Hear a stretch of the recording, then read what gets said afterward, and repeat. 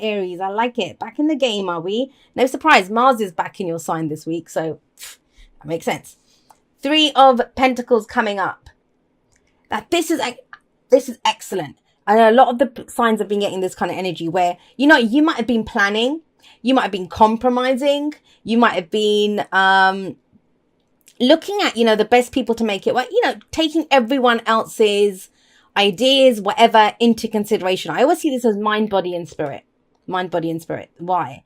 The guy, he usually has plans in his hand, this guy here, but he doesn't in this. So that could be, the mind, the ideas. This is what we're trying to do. The body is this guy. He's actually physically doing the work, the labor, right?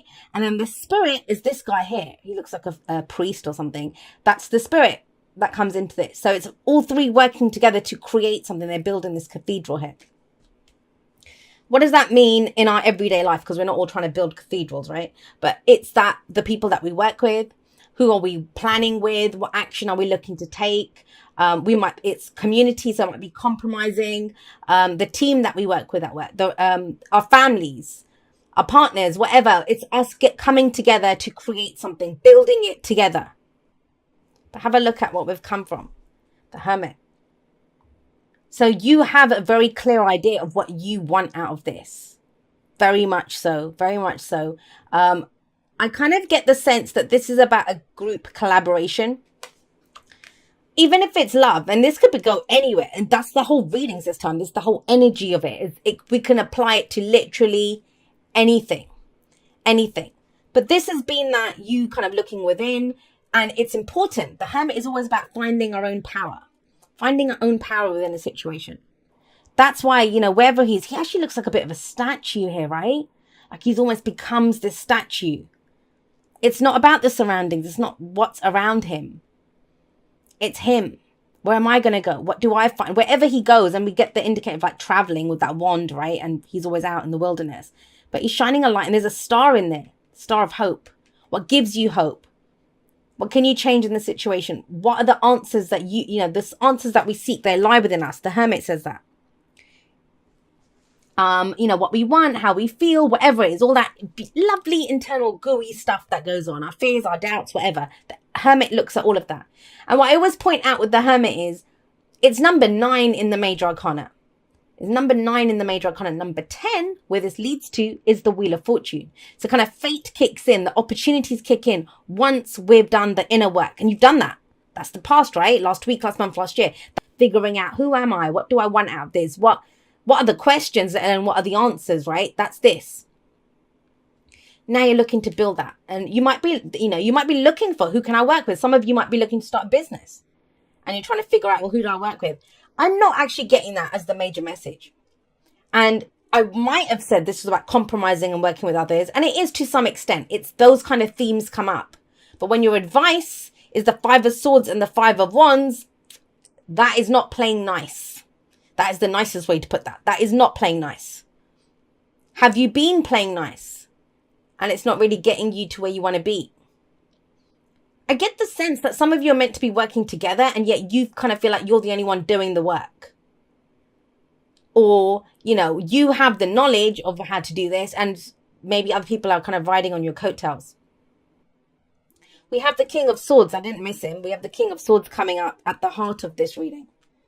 I mean, bloody hell. So this is, I'm saying that because imagine him sat in the middle here. The internal work, the outer work, right? And in the middle, we have him. I know what my truth is. I know who I am. The King of Swords could be Gemini, Libra, Aquarius. So you might be dealing with an air sign, but remember, the signs don't own the cards. They just lend their characteristics to it. Same with the genders. Doesn't matter if it's a king or queen. The fact that a king comes up means this guy has mastery. And it's interesting because this guy's trying to gain mastery over something. I feel like you know something in theory really well. You are very clear on your truth in this situation. Whether it's and that keeps coming up. I know. That's him. He has his sort of truth. If you came and asked him something, he can very eloquently convey his thoughts, his ideas. He can debate stuff. He's all about communication. So that kind of side of it, the thoughts, the beliefs, the ideas, all of that stuff, we're good on. The King of Swords is coming up there. Now, for some of you, it might be I'm just getting the sense that, there's a herd or there's a group of people and Aries is coming out on the side. You're going in your own direction. I don't know if your truth is in alignment with everyone else's truth right now, whether that's work, whether that's whatever. For some people, that might be a promotion to go from this working together to a king. That maybe that's your goal, right? That screw these people. I'm going to work hard on what I want to do so I can be the boss. So I can be the one that everyone comes to, be the consultant, be the one that gives the advice or the knowledge. Because somewhere in this hermit energy, which, yeah, it can be lonely, it can be a lot of those things, you found your power in this. And your power is what you know. It's what you know. Now think about that for a moment. If this is not work, and I don't mean to keep going that direction, I'm just giving the examples for that because we've got this kind of energy coming in. If this is relationship stuff, right? You have a truth now. If this is your everyday life, where you want to live, whatever it is, wherever you apply this energy, do not doubt for 1 second that you don't know what's going on. You know. This combination, this is whole scale, full knowledge coming in here. But where do we apply that physically? That's this. So we have the 8 of Pentacles in the present. The Apprentice card, right? This is about physically doing the work. It's looking down at what's right in front of you and working on that and trying to get it as perfect as possible. I love the 8 of Pentacles in the present. I really do love it in the present. Why? Because he's so in the moment. He's so focused on what he is actually doing. He's not looking around himself. He's not looking at anything else. He's only focused on what he's trying to create. And that is long-term security and stability. But I want to say this. So this is what we know, right? This knowledge, beliefs, ideas, thoughts, whatever. This is the work that we're doing on this. The physical, the practical reality around us. This, the inner work. Where's the dream? Where's the dream? There's a lot of should energy coming in with this. Where's the could? Does that make sense? That I should be doing this, or I should go for that promotion, or I should apply my degree to this, or, I know what the kind of relationship that I want. So I'm going to start dating and I'm going to do all of that. Great. You can build bloody empires with that kind of energy. Or can you? You need a dream to keep you going.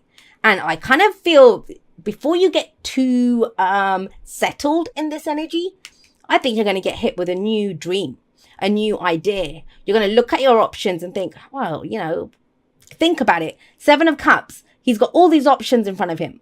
And this card says to you, which dream is worth pursuing, which dream isn't, which, gives it's implied here that there's more than one dream that you could go after. Now, 7 of Cups can be illusion, fantasy. It's like, that's just a fantasy. That's not, I don't see that in your reading.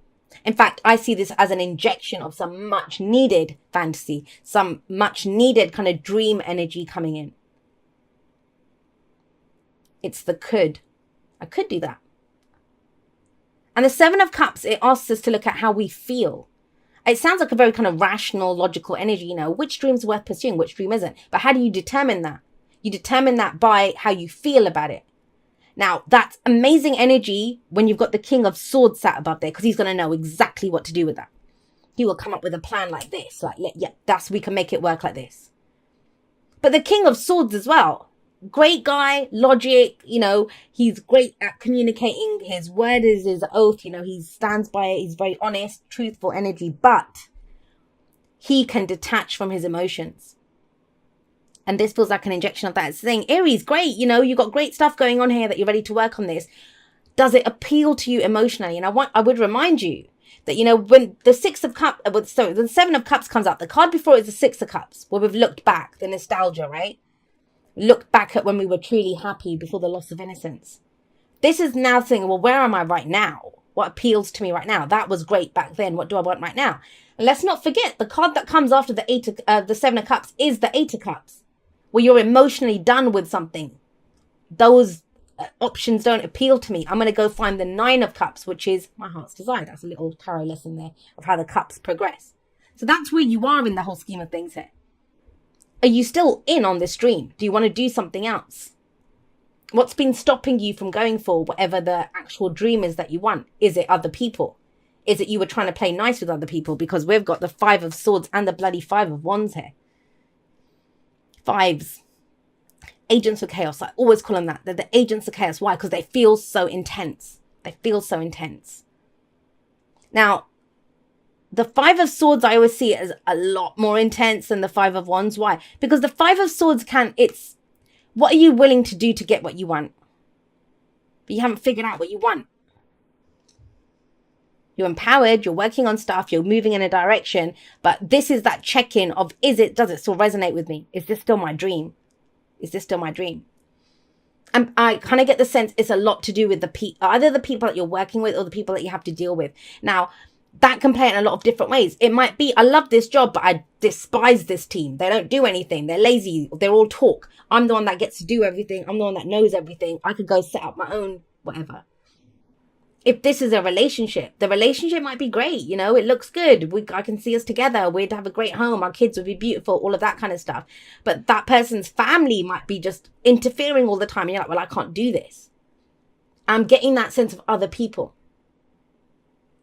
Five of Swords is when we can say this person is selfish. This person is selfish.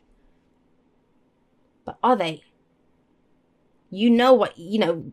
Fulfilling your own needs and wants. It's selfish is not taking care of yourself. Selfish is not trying to fulfill your own needs and wants. Selfish is when you expect other people to do it. So people get it twisted when it comes to the word selfish. Knowing your own self-worth and trying to take care of your own needs, your dreams, your desires. I'm sorry if that doesn't include other people, but that's not selfish. You're being true to yourself. Selfish is when you expect other people to give up on their dreams, their whatever, to make it good for you. That is selfish. So selfish is a much maligned word. But this is, what is your truth and what are you willing to do to get what you want? Because what it feels like is there's going to be a lot of people that have they're not going to like it. That's kind of what it is. But, the Five of Swords might be how you're seeing it. But the clarification was the Five of Wands. And the Five of Wands is all about stepping up and showing what you're made of. Because people haven't seen this yet. It's happened within you. And you've been talking and working nice, playing nice with others. So maybe it's time not to play nice with others. But, I've seen it already. There's a lot of defensive people around at the moment. There are a lot of people that they don't know where they're going. They don't know what they're doing. And then yet they look at other people who are like, yeah, it pisses them off. And why wouldn't it, right? That makes sense. But we can't allow someone else's truth to affect our own truth. Because you're the one that's going to have to buckle down and work on this. You're the one who's seeing the dream that's going to work towards your dream, right?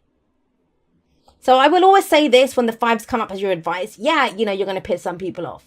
It's up to you to figure out, is that worth it for you?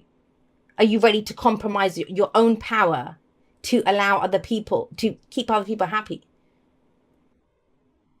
That's why the King of Swords is there. Are you going to be true to yourself, true to your word, true to what it is that, and it might be for some of you that's the situation. Maybe you promised that I would work well with them, or I'd do this with that family, or I'll do whatever. And now you're like, that's not in line with my dream. That's not what I want out of this.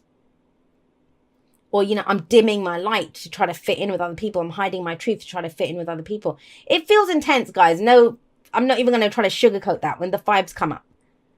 All right.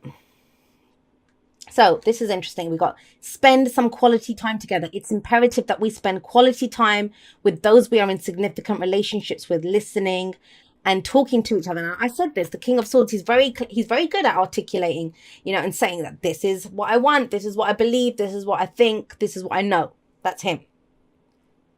But the key thing here is spend some quality time together. And it says very clearly, with those that we are in significant relationships with. People that are in significant relationships with you, that love you, that care about you, that, have your back, have the same vision as you, whatever, however you want to see it. They don't do this. Those are the people. Have you ever had that, when you tell people, you might post something on Instagram or something and it's be like, oh my God, guys, I just hit, I don't know, I can now lift this much at the gym, or I can do whatever. The people, they'll be happy for you because it means something to you. It might mean shit all to them, but they'll be happy for you because it means something to you. Those are your significant relationships. The rest of these people who have oh, well, I don't know if you should be doing that, Aries. And I don't know if are you ready for that? The ones that doubt, the ones that doubt you, those are not significant. I'm sorry to say that. All right, Aries, thank you so much for watching.